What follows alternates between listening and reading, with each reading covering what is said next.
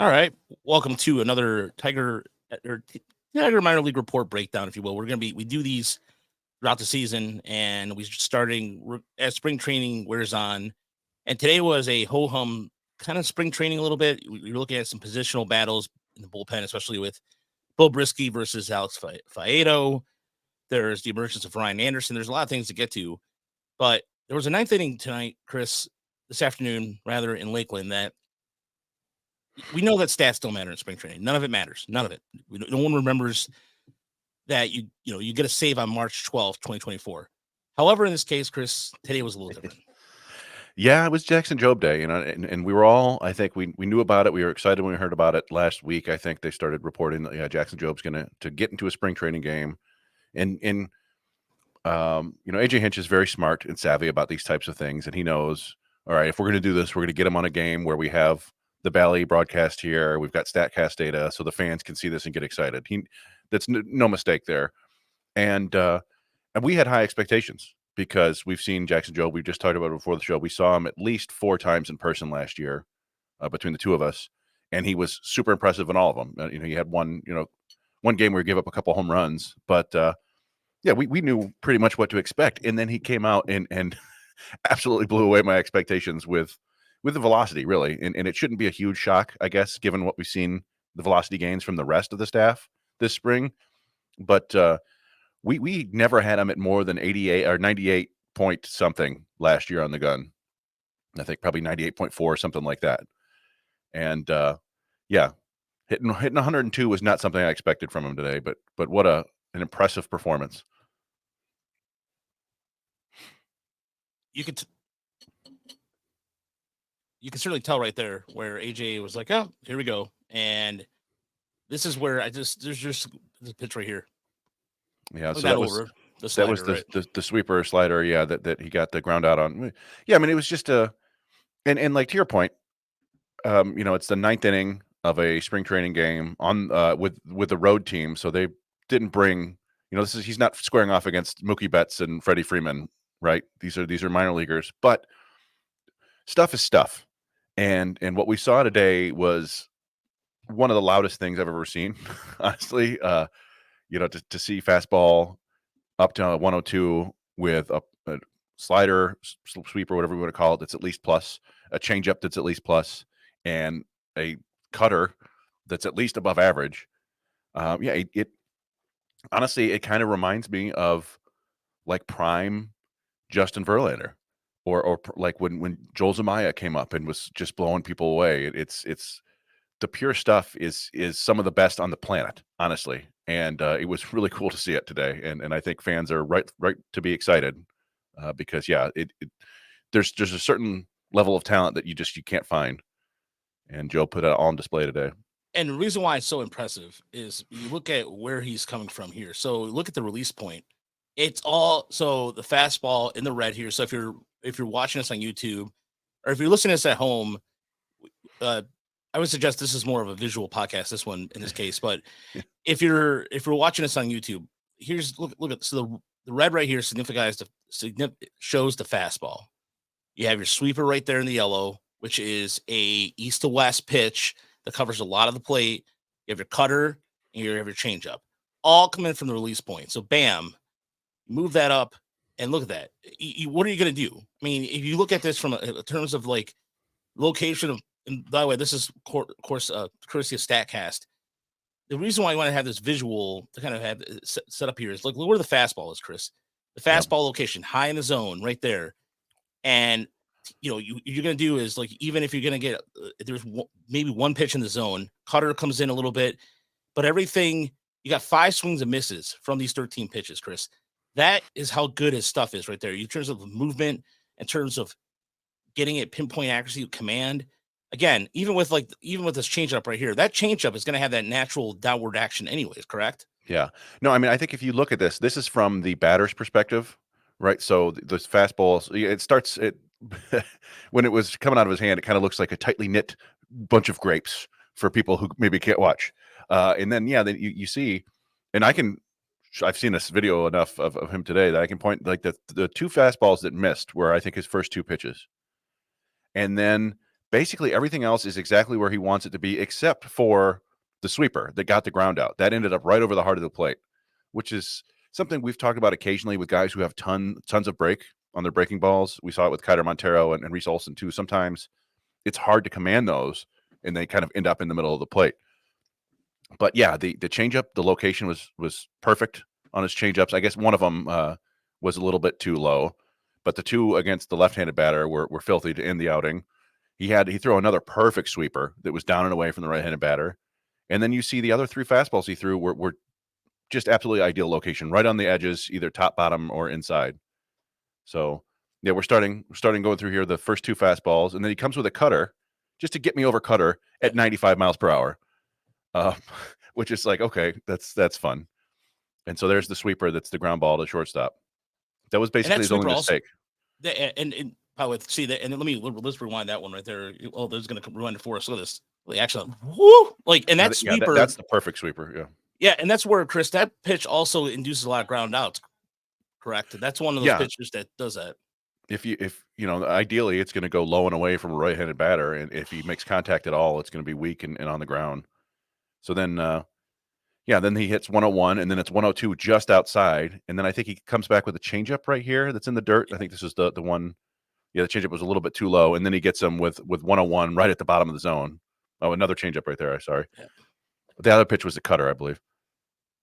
And there's the 101 right at the bottom of the zone. There's absolutely perfect pitches. Nothing you can do about it. Look at the stat cast; it shows it right at the bottom of the zone. Yeah. The pitcher Right. or the batter is Yeah. upset, but That was a strike. yeah, Here's another replay yeah, it of was a that. good frame job too by Yeah. Anthony Ben Boom. But and then here comes that's a cutter right there, and then two straight diabolical changeups at 86 miles an hour. Just, I mean, that's the thing. Like we've seen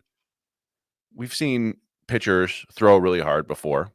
We mentioned Zumaya, we mentioned other guys. You see it in spring training a lot. There's just about every team has a guy who can hit triple digits, but it's triple digits with the sweeper, with the changeup, with the cutter, with the command.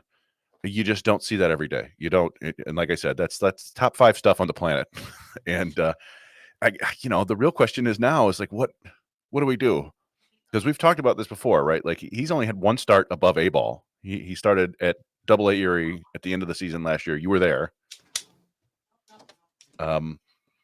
This is a big league arm, but he doesn't have the innings to go a full season in the big leagues. And they have plenty of other bodies up there, but it just kind of feels like you're wasting bullets with this kind of stuff down in the minors, you know? It reminds me of watching Gavin Williams last year against Erie, game 1 of the season, where I know, granted, that was the first game of the season. Your bats are going to look a little rusty, but Gavin Williams did not look like he belonged in Double A at all. I mean, and even that showed the next couple starts, and within I believe a month or so, he was up with Cleveland. This is the kind of stuff I see with Jackson Jobe. The reason why normally we wouldn't do a 1 inning breakdown like this, but holy shit! I mean, pardon my language, but just because look at this. I mean, it's Chris. We watched him. Remember the first start we watched him at West Michigan was against Fort Wayne. Yeah. And or was it Fort Wayne or was it I remember we saw Fort Wayne, and he gave up. I want to say he gave up 3 homers in that game. Yeah, or at least 2. Yeah, I remember because he was trying to come in on righties, he was trying to come in on a lefty, and they pulled their hands and hit one for the right field. I remember that verbatim, but I couldn't remember if it was. And then he struck out Pete Crow Armstrong too. No, so wait a minute. I think on his first start back to Wood. That was 2 years ago. 2 years ago. That was his first start. Yeah. When we saw him in West Michigan, he was going against South Bend 2 years ago, and he struck out Pete Crow Armstrong. And then last year we saw him in West Michigan after he came back.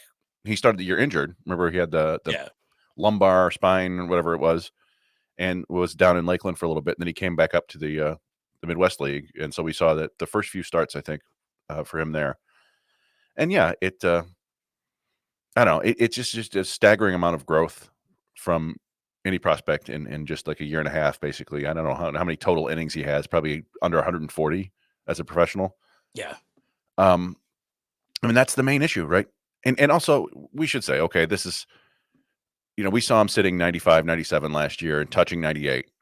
But we also saw him going multiple innings. So he was probably, pacing himself a little bit more than he might be today. and he probably had some adrenaline today. It's the first outing, in spring. He's in front of 5,000, 7,000 people. He knows it's being broadcast. Like, it's a big deal for him. It's big league camp. So I'm not expecting him to come out sitting 98 to 100 in every start and touching 102. But we know it's in there now, and he doesn't necessarily need that, right? Especially down in the minors. But yeah, boy, just one of the more impressive outings I can ever remember. Certainly one of the more memorable spring training outings. Yeah. I mean, spring training, and I wrote an article for us on a website too that was just talking about how like spring training can be very ho hum. It's very like, especially this time of year where you have roster decisions to make and what have you. Um, it tends to be a little tedious, and you want the season to begin. And to me, even like I don't know, maybe he looks a little bigger to me than he did in Erie. This is Erie last year. This is his first start in Yeah, Erie, but definitely. I I mean, noticed yeah, it in the neck and the shoulders and the back. He looks like he's put on some significant weight in a good yeah, way, right? Like yeah, bigger, stronger. yeah. Even like as far as like his mechanics go, I mean, if we're gonna look at his mechanics, I don't know. Maybe we'll have to do a deeper. What I'm looking at it seems like more of a. I don't know, Chris. Let's just see if we can do a side by side I, comparison. if the Yeah, I mean, if it's doing what everybody else has done this spring or over the off season, I would assume he's moving down the mound faster. Like, that's what we kept hearing Yeah, about Wilmer Flores' velocity increase, and everybody else is throwing harder too.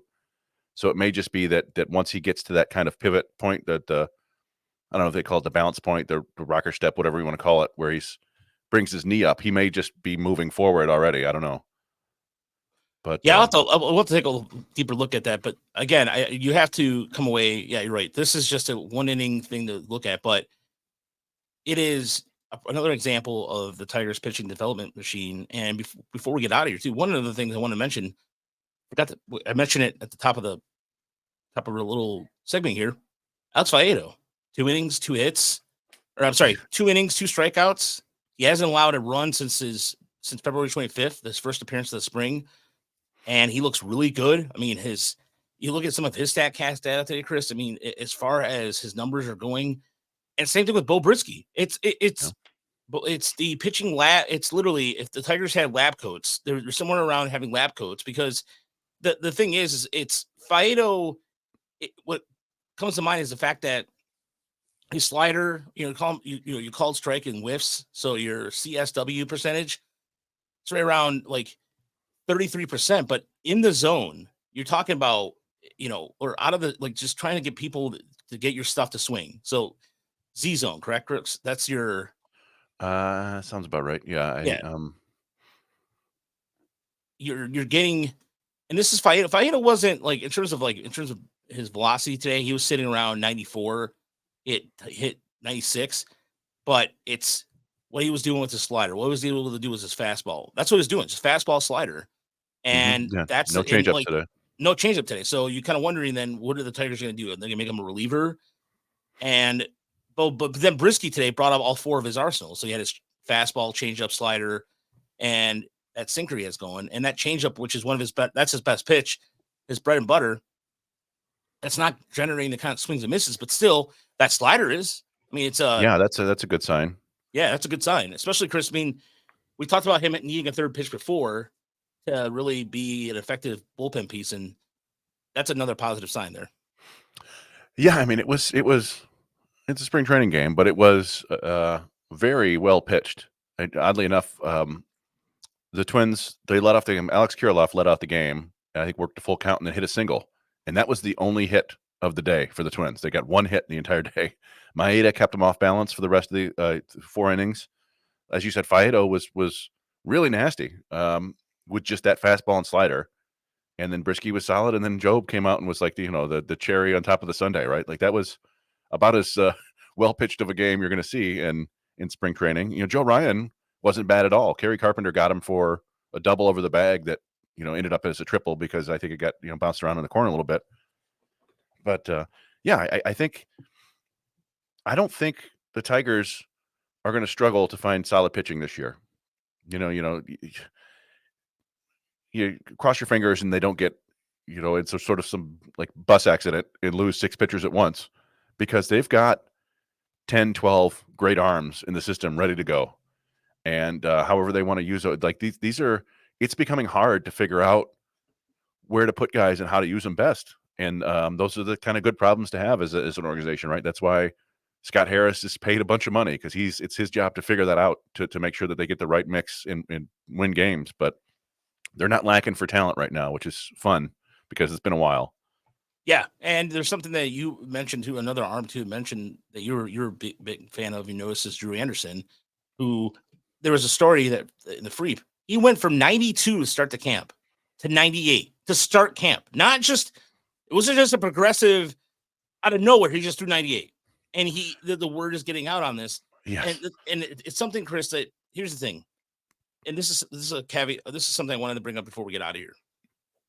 Al Avila, there's no revisionist history on Al Avila here. Let me tell you why. Simply put, he hired Ryan Garco. Ryan Garco got everything going, and the rest will follow. I mean, honestly, like, who brought in a Rivas? Who brought in? I'm saying, like, there's Avila started the process of getting it going, but there's this revisionist history thing about, like, just I saw this today a little bit on social media. It goes into it's player development, because this wasn't happening under Littlefield, under David Chan. It wasn't happening at all. Period. This is like me. Chris. This is something that dreaming. It's dreaming. Sounds like such a dramatic word, but it is a drastic change. That I mean, I'm glad that we've been able to do this long enough, Chris, to have the perspective. We've been doing it since 2018, and if this is I don't think we'd be doing a show on 2018. If we did a show, I don't think we'd be able to do a show that have enough to talk about the minor leagues, let alone the Tigers minor leagues in 2018. Yeah, the equivalent in 2018 would have been talking about, I think, Bo Burrows, or possibly Matt Manning. An outing, and that's not to denigrate those guys, right? But who knows what Bo Burrows might have become with this development staff, because he was getting there. I mean, he was getting there. Remember, there was a little bit of thing. Yeah, interesting traits. He just never could get the secondary pitches down. But yeah, I mean, I think we got to give credit to all those guys. The Sartori and Menzin were kind of the first wave of these more modern thinkers, and who knows what they did behind the scenes, or if they were instrumental in getting Garco in and all that stuff. But yeah, to your point, yeah, pitchers are going to notice if guys are coming from Japan and coming to your camp and gaining 4 or 5 miles an hour. Do you remember? I want to say, geez, it's 5-6 years ago, where guys would leave the Tigers and we'd suddenly hear about them throwing 4 miles an hour harder. Yeah, Kyle Dowdy comes to mind. So yeah, there was another guy too. I want to say didn't who was the lefty that the Tigers got, that, or the who won the Cy Young, or maybe he won the Cy Young, but he played for Toronto and Seattle. Boy. Why am I drawing a blank all of a sudden on the lefty who was here for a minute, who came over from the Tiger, or from David Dombrowski? It was the David Dombrowski deal. Wasn't like the David Pauly, was it? Or David, or no, who am I thinking of? No. Why can I not? I'm drawing a blank on this guy's name. He was in Toronto. Ray. Oh, Robbie Ray. Robbie Ray. Right. Yeah. Robbie Ray. Yeah. Robbie Ray. Remember, he gained Fister trade. Yeah. He gained miles per hour. Drew Smiley gained miles per hour. Remember that? Yeah. No, but the Tigers now, and that's why we said on the other show, like they're going to have to figure out a way to keep Robin Lund somehow. They're going to have to give him a giant pay raise or a new title or something like that, because some other team is going to come steal him. Because, and again, it's a cumulative effort, but he's the guy who was supposed to be like, the PhD in movement science and kinesiology and all that stuff. And suddenly these guys are moving better and throwing harder. And I don't think you have to connect too many dots there. But yeah, I don't know. It's a good place to be. We talked about it. They still have to go out and start winning games at the big league level. But when you have shown consistent success in helping players get better, more good players are going to come to you, or more interesting players, at least, right? They're, it's not going to guarantee you like a Juan Soto, because what does he have to improve on? But maybe it'll get you a look, right? Because if you can show these consistent gains, who knows? Also, this is the first time I kinesiology degree, because every time you watch college football, they always talk about yes, kinesiology. So this is the first time where you actually go, oh, well. Yeah, he actually used it. It wasn't just, yeah, you actually use it. it was just kind Saying of that fancy gym class. I always assumed it was fancy gym class for the football players, but yeah. I mean, even takeaway too, and one more before we get out of here too, and we'll be highlighting some player highlights too in the next couple of weeks, because I did want to real quick. There was a series of cuts today as the Tigers announced that Mason Dingler, Wilmer Flores, Kyler Montero, Dylan Dingler, Eddie Leonard, and Winslow Perez were sent down to AAA Toledo, which basically means that they will start the season in Toledo. And then the other part of that too was that Devin Sweet, Sean Gunther, Donnie Sands, and TJ Hopkins were sent to minor league camp. So that can be either sent to Toledo or Erie. If they send them directly to Erie, or excuse me, if they send them directly to Toledo, quote unquote, then you'll see them probably start the season there. So that being said, among those names there, Eddie Leonard rather, was tied with the team lead in hits. He also had 4 barrels. And I wanted to mention that also because another guy who's having a good camp, and he's going to be in the minor leagues this year, is Andrew Navagato. So expect some stuff. He was one of the, I did end up looking this up. He was one of only 2 Tigers last year to have a 5-hit game. Him and Colt Keith were the only 2 in the system. Yeah, he's been a huge part for Erie the last couple of years, and it's he's a quality player. So I'm interested to see. I think this is his last year in the system before he can become a minor league free agent. So you'd love to see, him bubble up to the top and maybe get a chance, a cup of coffee or something like that down the road. Although it's tougher now for guys like that without the full 40-man roster available in September. But crossing our fingers and we'll see what happens with him. Yeah, well, we'll see as, again, the shortstop drama continues with, Javier Baez is not having a good camp at all. He did get the game-winning sac fly today, I think. Yeah, he did. Yes, he did. But then you look at somebody like Mookie Betts, man. We can go on. We'll probably talk about that on the Motor City Metrics podcast. But either way, yes, there's going to be some more little breakdowns as we go further, as the season is just around the corner. Friday, March 29th, the Mud Hens open at home, and minor league baseball starts around then. So just a few weeks out. We're almost 2 weeks away from starting the whole minor league season grind again. And don't forget to check out all our great content over at Tigers Minor League Report on our YouTube.com. Some great content coming on our article side. If you want to donate, please donate. There is a bit.ly on our show description or our GoFundMe. Unfortunately, you know what? I think Saturday we're going to do a live simulcast you know what? That's actually a good idea, Chris. We're going to do a live simulcast. All right. So that way we can have the game. Of course, we can't be watching the game, but we can watch the simulcast and talk to the fans. So we'll be doing that Saturday at 1:00. So join us then. Much appreciated. For myself and Chris, Jerry, and the rest of our staff, have a good week.